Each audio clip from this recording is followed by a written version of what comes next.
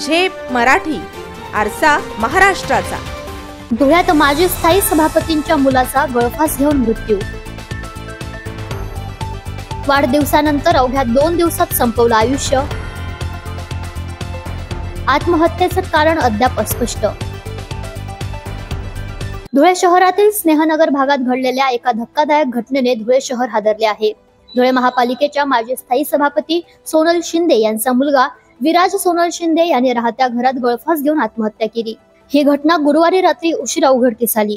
विशेष म्हणजे 2 दिवसांपूर्वीच विराजचा वाढदिवस कुटुंबीय आणि मित्रांसह आनंदात साजरा करण्यात आला होता।